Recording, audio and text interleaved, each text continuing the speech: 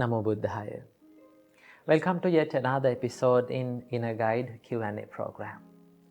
Today we are going to discuss about a question that has been mentioned in the comments. The question is how to remain peaceful and calm under stressful situations. Coming right up. Stressful and difficult situations are the situations that we all have faced in all of our lives. But many of us face these situations in an unsuccessful way. Under difficult circumstances, under stressful situations, we become depressed, sad, and anxious. So, how to remain calm and how to maintain your inner peace under these circumstances?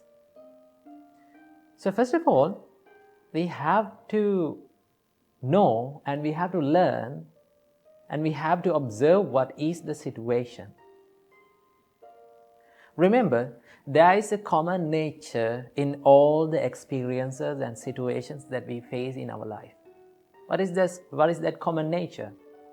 That is called the impermanence. Whatever we encounter and whatever we experience in our life, soon after that has been experienced, it becomes impermanent. Isn't that right? Yes, it is. Now imagine someone is complaining to you about a mistake that you have done or maybe you haven't done, right? So he's yelling at you, right? So in that moment, when the people complain and blame at us, we become depressed, we become sad. But what is the nature of that situation? What is the nature of those words, those rude words? Now, soon after we hear them, they become impermanent. Right? Soon after you hear them, they will no longer prevail in our life. They are gone. That means everything that we encounter in our life, experience in our life, they become impermanent. That is the nature. But the real problem is that our mind clings to those experiences and there's a nature in our mind that it creates again and again those experiences inside.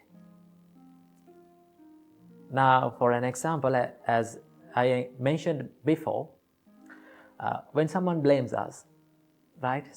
Now we know that soon after that we got the blame, the words are gone, they have become impermanent.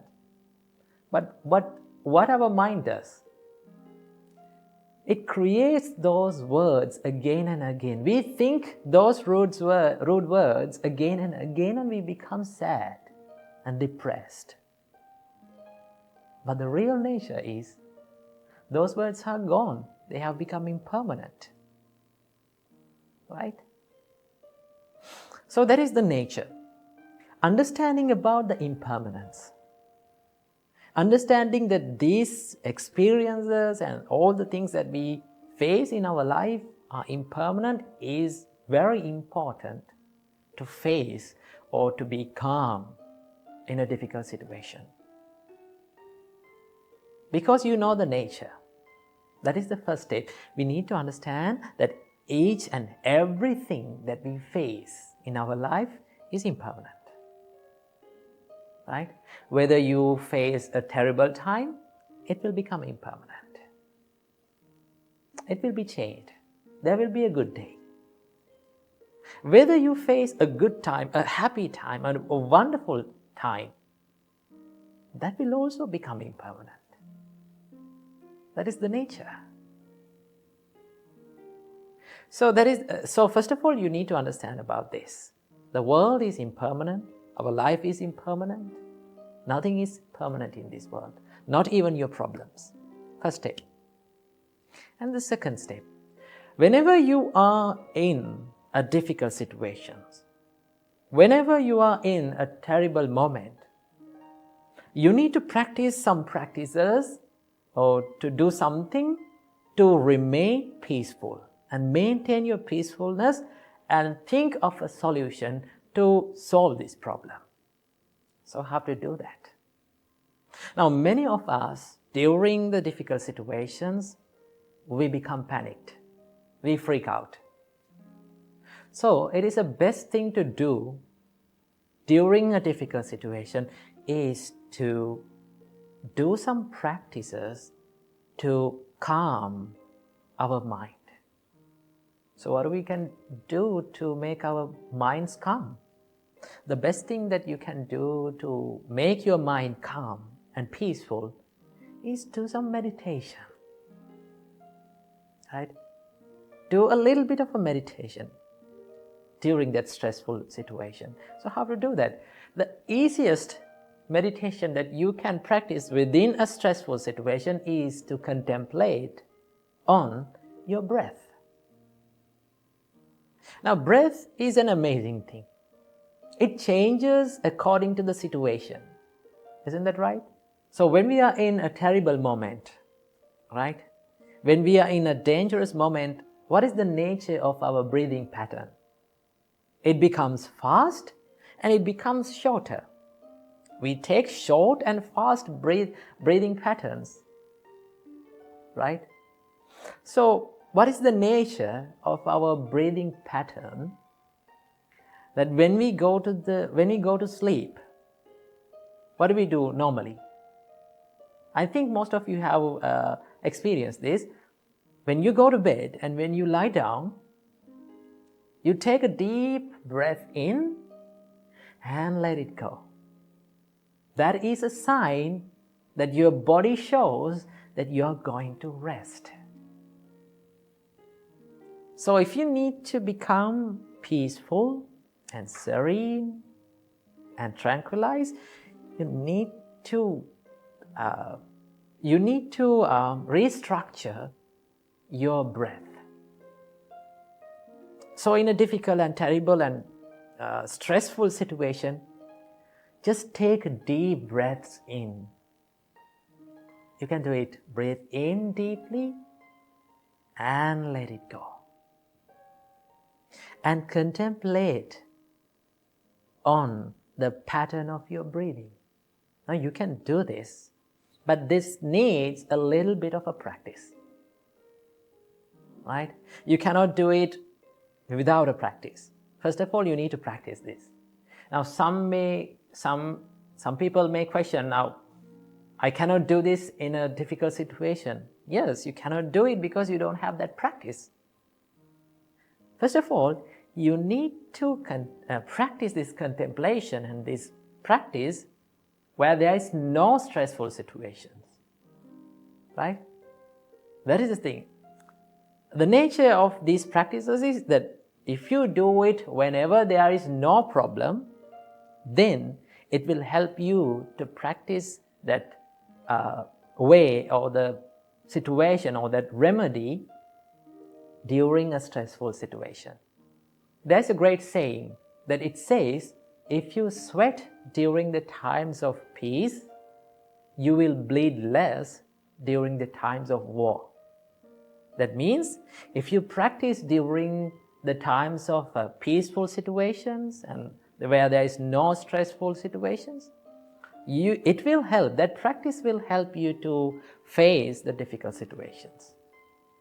So, practice at least 5 minutes a day to contemplate on your breath. Right? You can feel the way that you are breathing. Right? It will help you to tranquilize your mind. Supreme Buddha said, Vitakku paccedaya anapana sati bhavetappa. If you need to stop the chattering mind, if you need to stop the thoughts that are popping up all the time that inside your mind, just practice the anapanasati, or which we call the breathing meditation. Just contemplate on the breathing meditation. When you contemplate your mind on this breathing pattern, right, you're focusing your mind to inhale and to the exhale. That means your mind jumps from one thought to another, but there is only two thoughts. Inhale and exhale. You're not thinking about anything else. Right? That means you reduced thousands and millions of thoughts to 2 thoughts. So that is a big thing. So if you do it as a practice, you will feel that your mind will become more and more peaceful and tranquilized. So whenever you face a difficult and stressful situation, try to take deep breaths, few deep breaths in and let them go. And it will make you feel better. Right?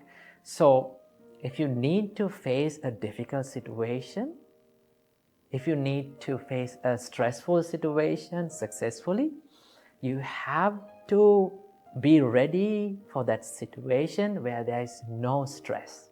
So that is how you face the difficult situations without being distracted. And also, as an extra thing, you have to practice the love and kindness. And also, you have to practice the forgiveness. If you can practice these great qualities like compassion, love, and kindness, especially forgiveness, you can maintain your peacefulness. Because when you forgive people, as an example, when you forgive people, that means you are letting go of them, right? The more you forgive, the more you will feel the peacefulness within. But forgiveness does not mean that you are going to fall into the same trap again and again for them.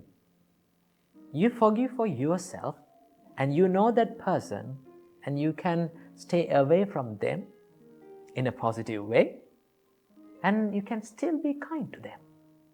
Because kindness and forgiveness starts within your heart, and it will help you always. So practice these practices in the times where there are no stress and disturbing situations. And one day, when you master them, one day you can maintain your peacefulness within yourself without being distracted. Namo Buddhaya, Thiruvan Saranai. Namo Buddhaya. Welcome everyone to another video. In today's video, we are going to take a look at the threefold practices in Buddhism. Now, no matter how the way that you are approaching the Buddha's teachings, these are the 3 practices that you need to practice in Buddhism. Okay? So we are going to take a look at these things. Before understanding these 3 practices, we have to understand why we should practice these things. Okay? What is the goal and what is the ultimate goal of Buddha's teachings? Now, the ultimate goal of all the Buddhist teachings is to liberate your mind from unsatisfactoriness. Okay? Liberate your mind from all the sufferings in life. Okay? Because the Buddha said that the life is based on unsatisfactoriness. Okay? So once you have a deeper and a wiser understanding about your life, then you can liberate your mind from all the unsatisfactorinesses in your life. Okay?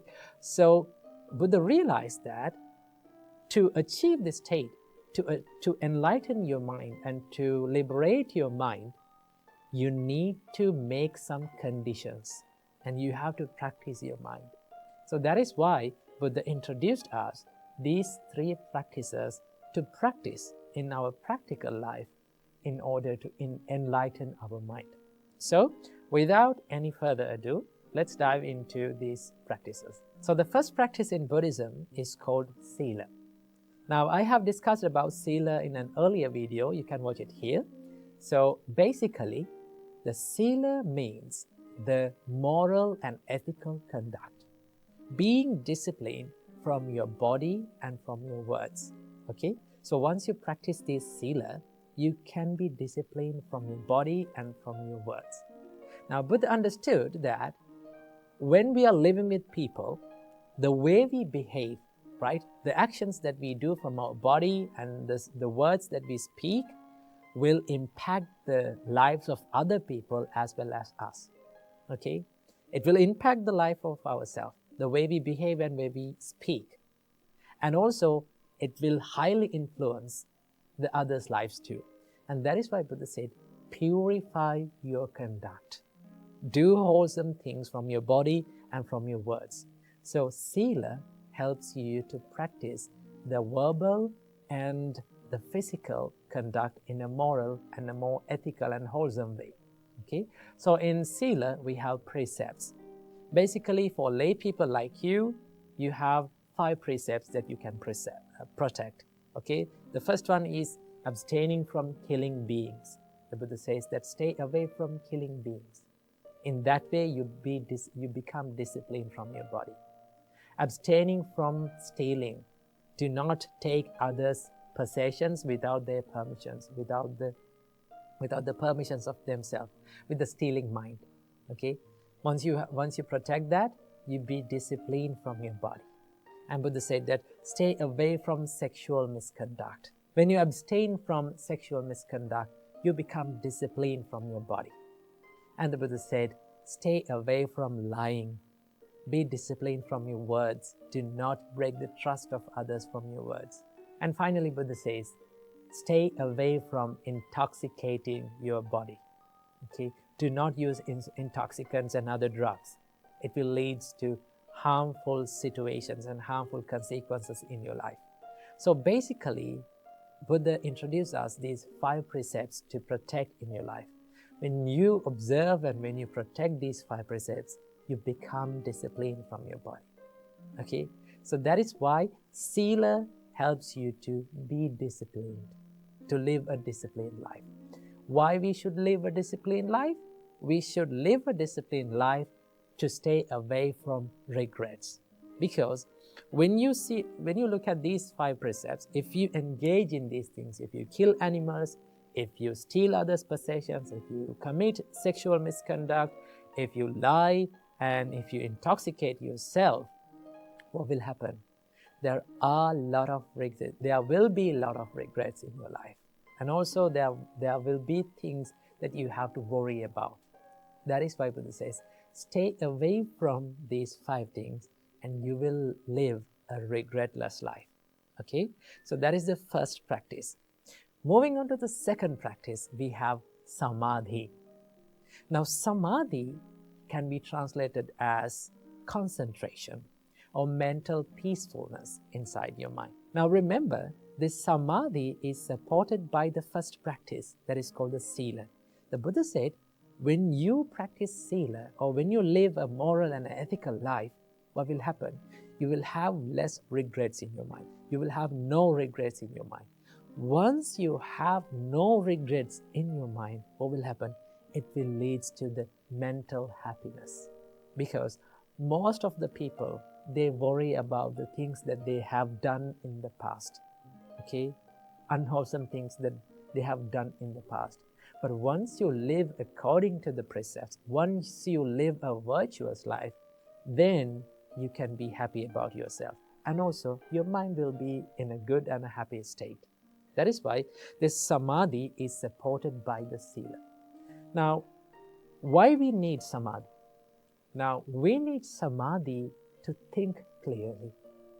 Because you know that when your mind is busy, when your mind is scattered, and when it runs here and there, it is very difficult to think clearly. Now, Buddha considered that thinking clearly and thinking freely is a great benefit to understand the reality of your life. And that is why we need to practice Samadhi. For practicing Samadhi, Buddha introduced many meditations. So one type of meditation is called Samatha meditation. Samatha meditations helps you to condense your mind and find that peacefulness inside your mind. Okay? It includes loving kindness meditations, breathing meditations, mindfulness meditations.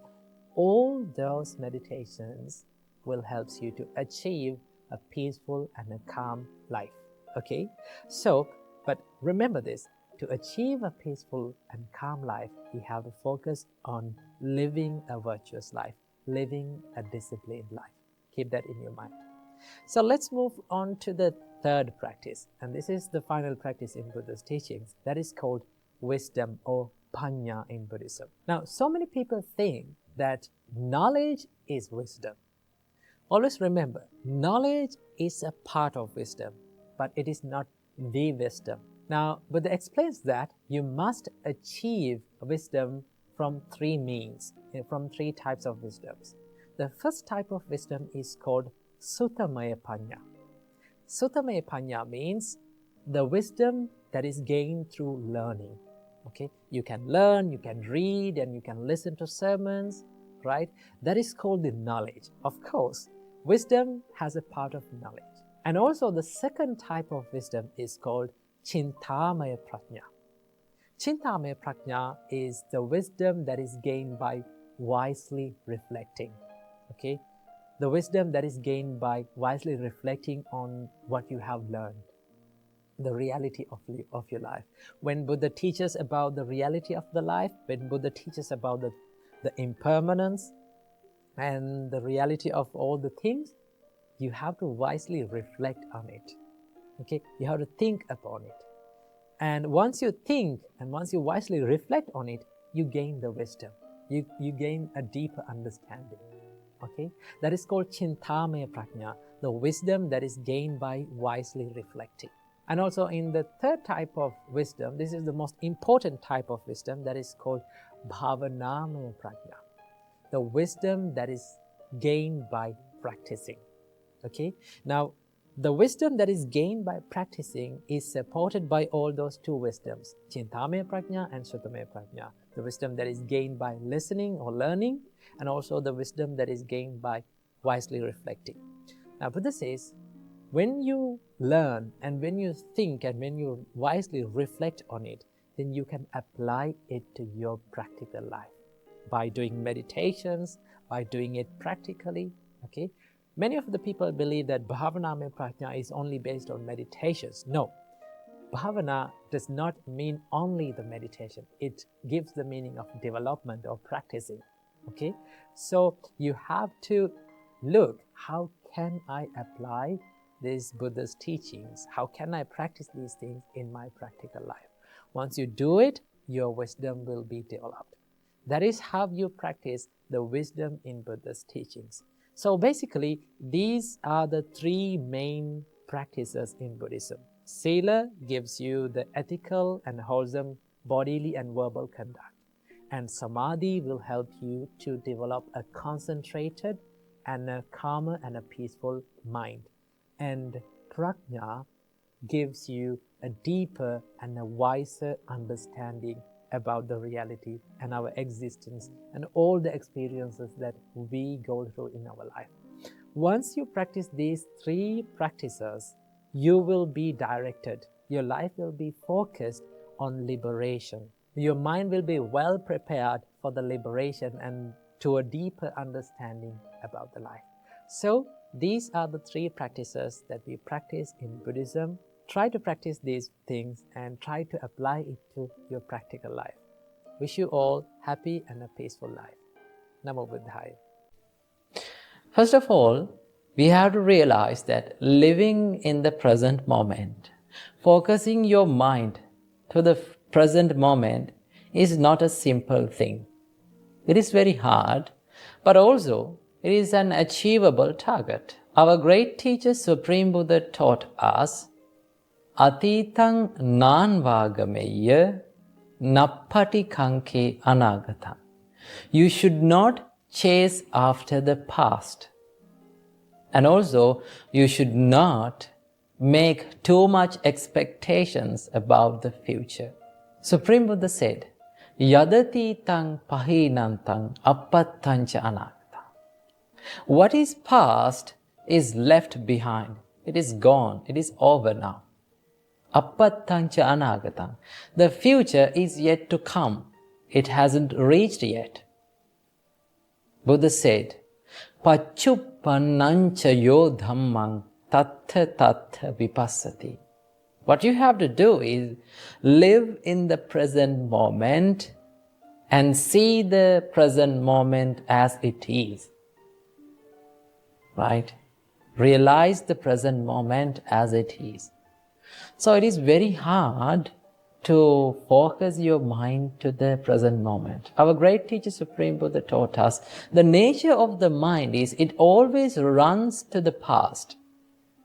Normally, our mind has a habit to wander in the past, memories, right? When we are alone, when we are solitude, and when we live in our life alone, lonely, normally it is the nature our mind runs to the past. It lives in the past memories, thinking about them. Sometimes you may regret about them. Sometimes you may be happy about them. Sometimes you may cry about them. Right? So that is the nature of our mind. It is always wandering in the past. And also sometimes our mind try to make expectations, too much expectations about the future. Right?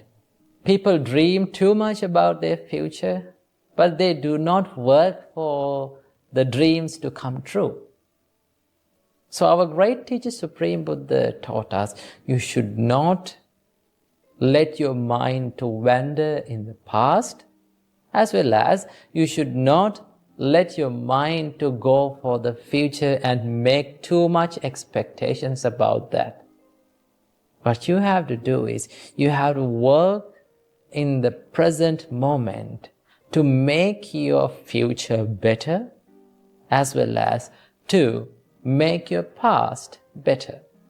Because when you live correctly in the present moment, right, your past will be a good one because you have lived in the correct way. And also, if you are sure that you are living correctly in the right way in the present moment, your future will be also a good one because you are doing the right thing right now. So, you need to have a good practice to focus your mind to the present moment. So it should be practiced by meditation, as well as it should be practiced in the practical world, in your life. So I will teach you some tricks or things that you should practice in your life to be in the present moment, right? So, when you have a free time, right, dedicate yourself to live in the present moment for a little time. During the day, when you have the free time, allocate your time about 5 minutes to live in the present moment. Sit on a chair, you can close your eyes, and just experience that you are in your present. You are not in your past, you are not in your future, always you are in your present. That is the reality, right? The past has gone, as well as the future hasn't come yet, right? So, close your eyes and just try to focus your mind to the present moment. Try to think about what you feel, what you hear, and what you think about. All the things that you experience now will fade away to the past, and it will go into the arena of past, right? So take your time in the day and practice this. The best way to focus your mind to the present moment is the breathing meditation. Breathing meditation is one of the best meditations that you can bring your mind from the arena of past and the future to the present moment. Because the breath, when you are focusing on your breath, right, always the breath arises and it goes down. So this breath prevails in the present. So when you focus your mind to the breath, then your mind is always in the present moment. And also, you have to practice to live in the present moment in your practical life, in your day-to-day life. So how to do that? So it is very beneficial to live in the present when you are in the hard times, when you are going through a problem. Now suppose if a person comes to you and started blaming you. Now when he is blaming, you hear that sound, the words, right? When we think about these words, right? When he is blaming, you hear that, and after that very moment, it has gone to the arena of past. Those words are not prevailing anymore. Right? But our mind does not like to think that. Our mind clings to those words. Right? Our mind tries to hold on to those words, and what our mind does is it always make a loop-like thing to bring back all those thoughts, all those words again and again to our mind, and that is why we are suffering. That is why we feel hurt. Right? If we can realize the reality that all these words that I heard has gone to the past, they are no longer here anymore, they are vanished, then you don't want to suffer for anything, right? Because it has gone to the past. You cannot do anything about that. But our mind is not ready for that, right? Our mind tries to cling to those words. Right? So what you have to do, when someone blames you, when you are going through a hard time, realize that all those things are impermanent, and it vanishes very quickly from my life. So I don't want to worry about them. Right? So if you are living in the present moment correctly, doing the correct thing, doing the right thing, doing good things, you don't want to worry about the past, as well as you don't want to worry about the future. Of course, you can make the plans for the future, no problem, but do not dream too much about it. Because the more we dream, it is like we are stopping our vehicle and just looking towards the road without driving, right? The more we dream, we feel jealous about the achievers who achieve our goals, right? So it is like you are stopping your vehicle on the road and looking at the vehicles that pass by. You are not driving, right? You can make your plans, you can make your goals, but do not dream too much about it. Just start working for it, right? So the dream becomes a goal when you are working on it only.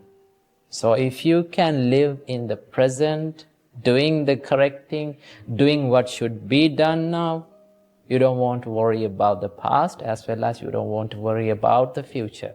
So in that way, you will have a life without regret and without worrying about the future and the past, and live your life in the present moment and be happy by your life. Namo Buddhaya, Thiruvan Saranai. Namo Buddhaya. Today I'm going to share a wonderful story with you. Once in ancient India, our Mahabodhisattva, whom we called the Buddha to be, was born to a family of traders. He grew older and he became the leader for 500 caravan of traders. So they packed their food, water and rations to cross long deserts. So one day, while they were traveling to sell their goods to faraway cities, they came across to an edge of a desert. So in order to get to the city, they had to cross this desert. So this wise Mahabodhisattva, this young trader, decided that it is very harsh and it is very dangerous to travel this desert in the daytime, because the sun was too hot and the sand was too hot, like burning charcoal. So they decided to travel in night and to rest in the daytime. So they arranged their carts in a circle in the daytime, and they rest under the carts, under the shades. And they started crossing the desert in the night. After a couple of days later, the desert guides said that they have reached their destination and they are one night away to the city. So the traders was very happy, and they ate everything that they had, and they drank their water because they had to reduce their weights in the carts. So while traveling at the night, the desert guides lost their path. And after traveling a long circle, they returned back to the middle of the desert. Now, when the sun rose in the next day, they realized that they had lost their way and they have come to the middle of the desert. Now they are in the middle of the desert and they have no water and they had no food to eat. So everyone was parched, everyone was tired, and everyone was suffering from thirst. So everyone gave up all of their hopes and they laid down on the hot sand, resigning their life to the fate. But this young trader, our Mahabodhisattva, thought, if I give up my hopes, everyone would die. If I give up my courage, everyone will be in danger.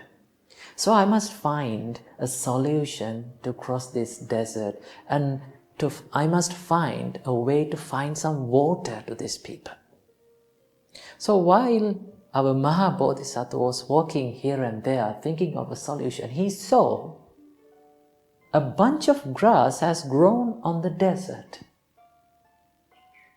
Then the Mahabodhisattva decided, if there is a bunch of grass, there must be a stream of water running beneath this bunch of grass. Then he called to everyone and said, dig under this bunch of grass and you will find water. Everyone was happy and they took their spades and mammoties and they started digging a hole in that place. After hours and hours of digging, they came to a surface of a stone. Everyone was tired. Everyone was crying because they could not break the stone. They could not find any sign of water. Then everyone laid down around the hole and they started crying and started yelling at the leader. But our Mahabodhisattva didn't give up. He searched for a person who has the courage to do something about this disaster. Then he called to a boy, and Mahabodhisattva said, son, if you give up, we all are in danger. Take this sledgehammer and start striking to the stone. There must be water beneath the surface of the stone. This boy was courageous enough to do that.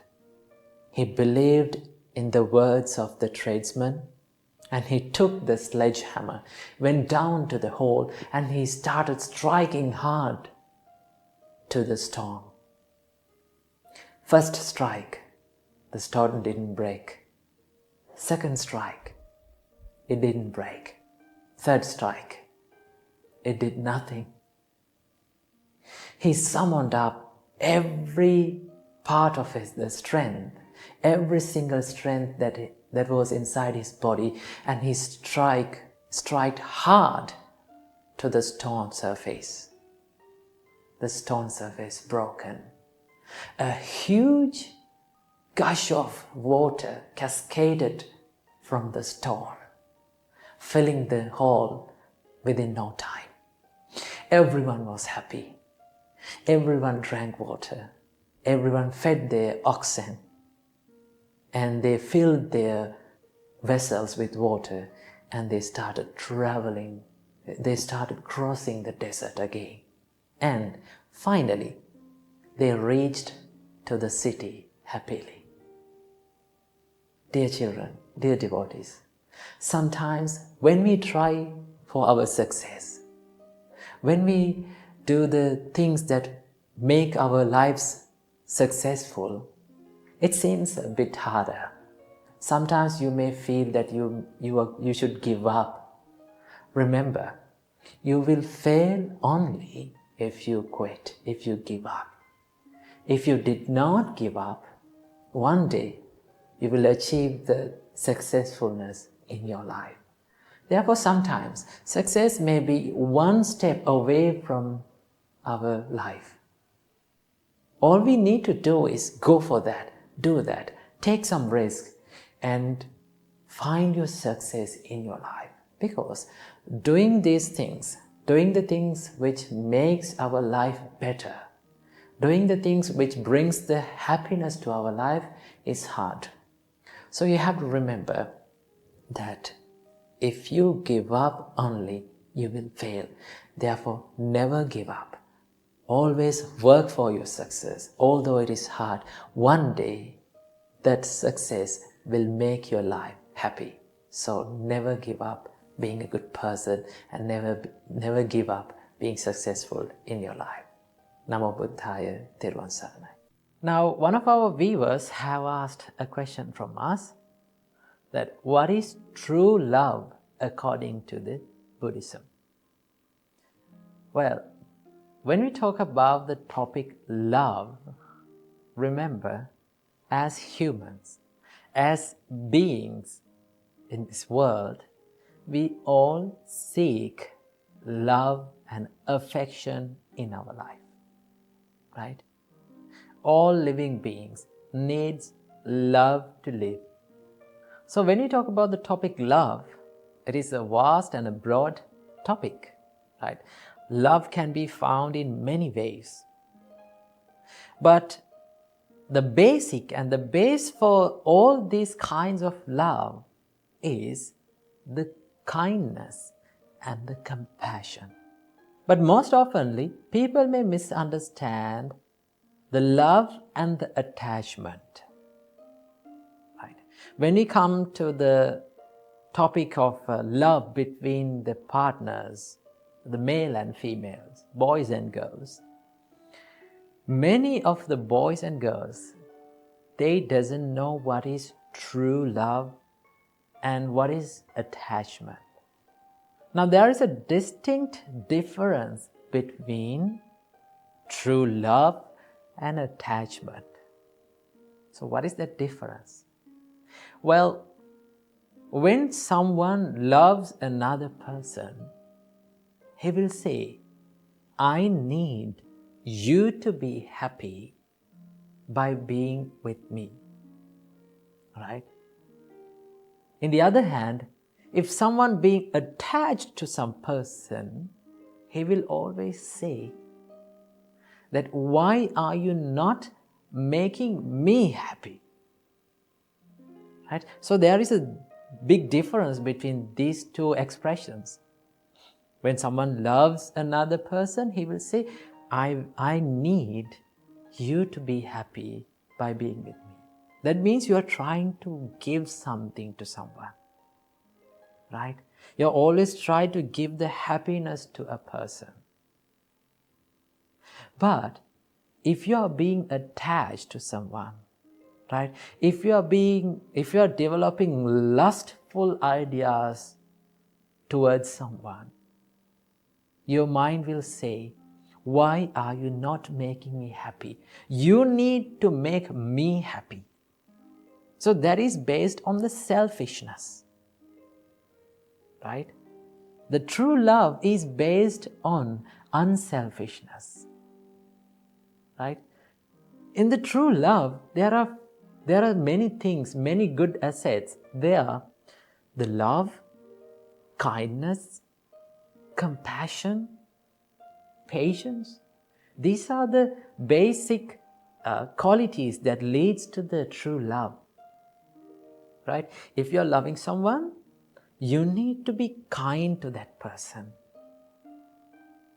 You need to be compassionate to that person. You need to feel the sadness of those people. Now, when we talk about the topic compassion, compassion means to suffer with other people. That means if you can feel the pain that is hidden inside the people's life, if you can feel and become empathy, you can feel the empathetic feeling about them, then that is called compassion. If you can share the pain that is in another person with you, then that is compassion. So in true love, you need to have that sharing ability. And also, you need to have the kindness. You need to always wish the well-being of that person. Right? You need always to wish the good of that person. That is how you love truly. Our great teacher Supreme Buddha gave a wonderful explanation for the love. Supreme Buddha said, Mata yatani yang puttang ayusa eka putta manurakhe. As a mother who loves her only child, you should spread that same love to every person in this world. So when we talk about mother's love, parents, they does not expect anything from us. Instead, they love us. Now, when we were small, right, we were doing so many terrible things to our parents, right? Have you seen that the babies do so many terrible things to their parents, right? They drag from their hair, they pinch them, they cry, they yell, but yet the parents still love their children.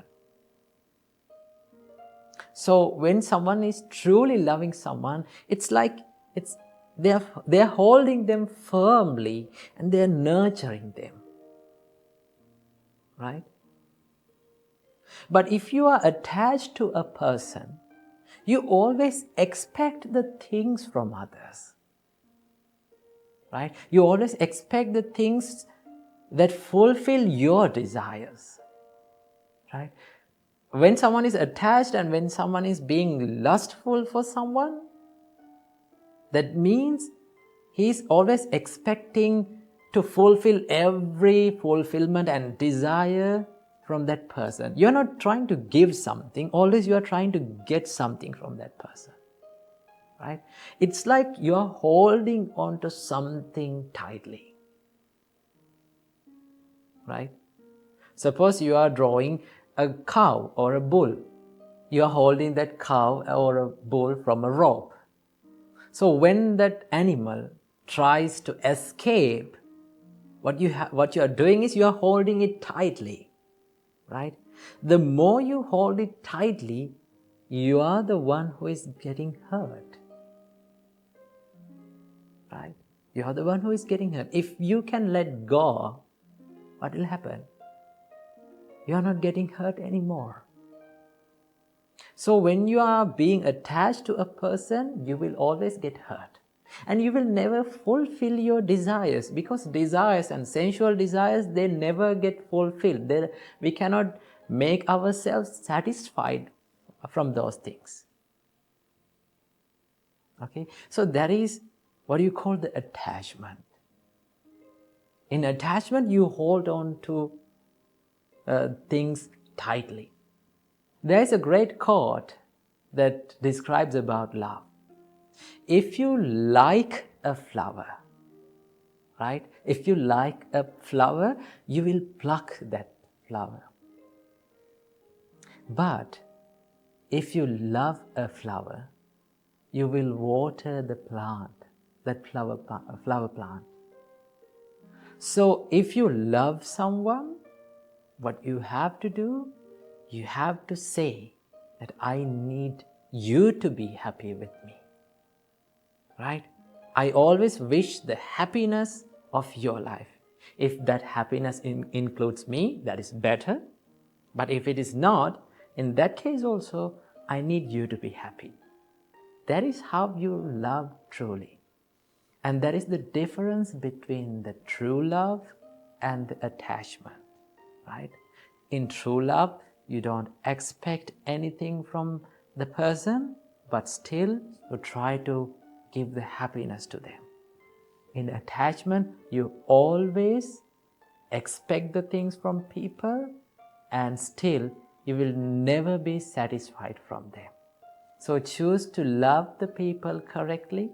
If you choose to love people correctly, then you will be a peaceful person throughout your life. Namo Buddhaya, Theruvan Saranam. Namo Buddhaya. Welcome to today's video. In today's video, we are going to take a look at the concept of karma according to Buddha's teachings. Now, when you hear the word karma, the first question that comes to your mind is, what is karma? What is the meaning of this word?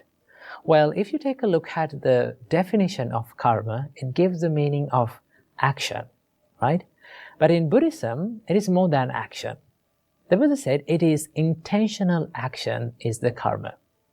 In Nibbedika Sutta, Buddha explains this as Chetanahang bhikkhave kammang vadami chetayitva kammang karoti kayena vachaya manasa.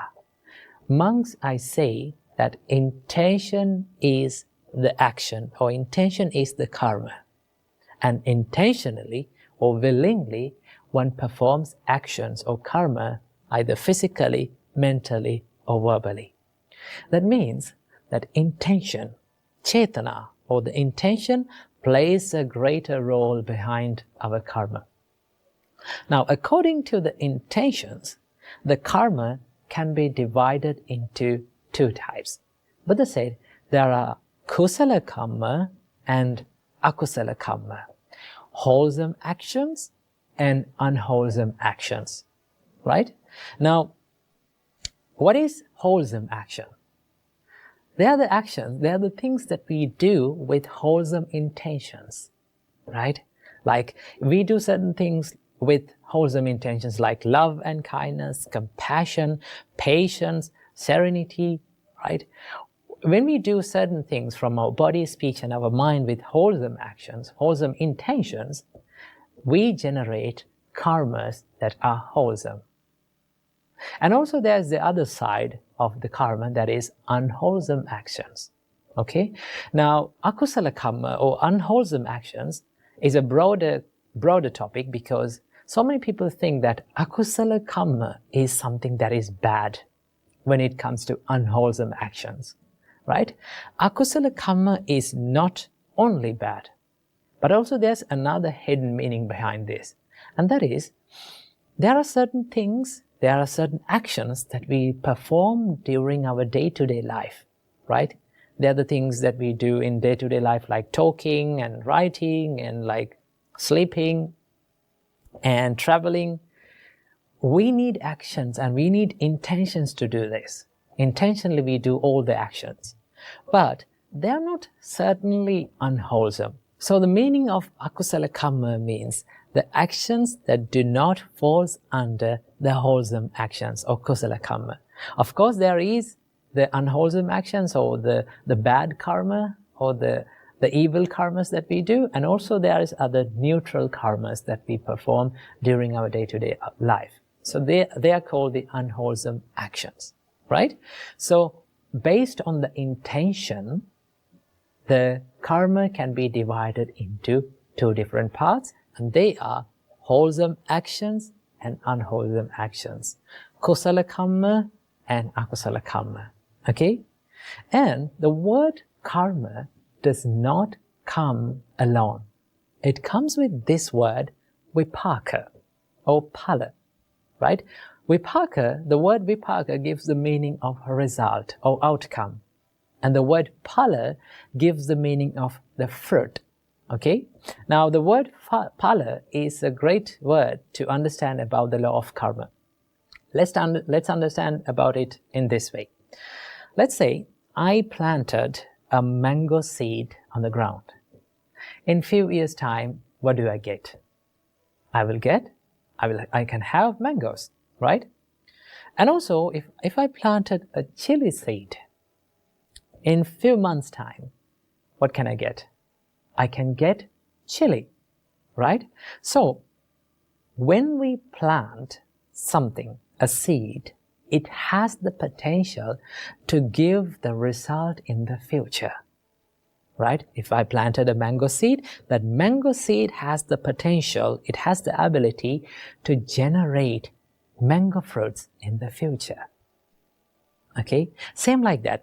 If I did a certain karma in this moment, right? If with an intention, if I perform an action in this moment, it has the potential to create a series of experiences in the future, whether it is good or bad, right?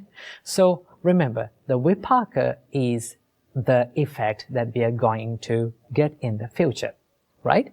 Now, this whole idea behind this law of karma is the law of cause and effect. When we make the conditions for something, then we are going to get the results out of it in the future. Now, the nature of the results highly dependent on the nature of the karma that we perform today. Let's understand about this in this way. Now, I planted the mango seed, right? That mango seed had the power to generate mangoes in the future, right?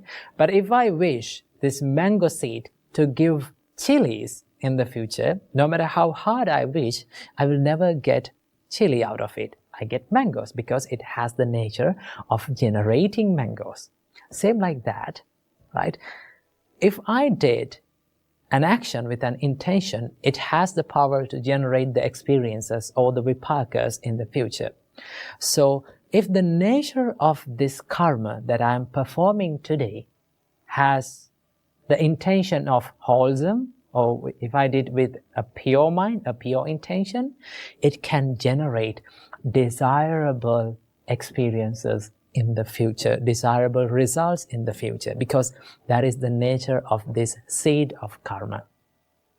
In the same way, if I did something unwholesome with an unwholesome intention, I will get unwholesome or undesirable experiences in the future, because it has the nature of generating undesirable experiences in the future.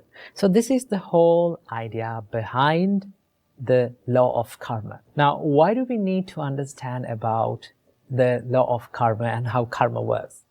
Now, if you had a good understanding about the law of karma and how karma works, it is very easy to be compassionate on others. And it is very easy to be compassionate on yourself, right?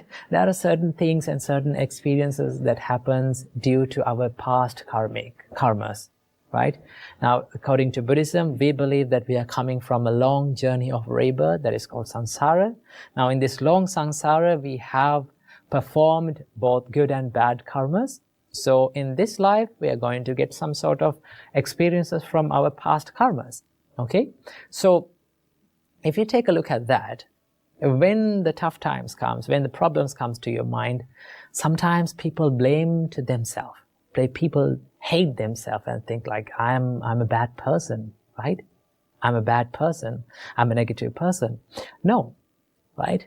Just because you performed a bad karma doesn't say that you're a bad person, okay? Because each and everyone, we are living in this society, in this world, perform good and bad karma, okay? So we don't want to hate ourselves. We can be compassionate on ourselves, right? Everyone is subjected to this law of karma. And also, if you have a good understanding about the law of karma, it is very easy to be mindful and be in this present moment. Why? Because sometimes we worry about the things that has happened in the past, right? We worry about the things that we have done in the past. And we think like, oh, I did this thing and my whole life is ruined, right? Of course, you cannot change the past. right? That is the truth. You cannot change the past. And also, you cannot stop the outcomes of the things that you have done in the past, or the results or the vipakas that you have done in the past. Okay? You cannot change it. What is within your control and what you can change is this present moment. And if you become mindful about this present moment, then you can create good karma, not the bad ones. So I hope you got a little understanding about the karma and how it works. So until next video, stay happy and stay safe. Namo Buddhaya.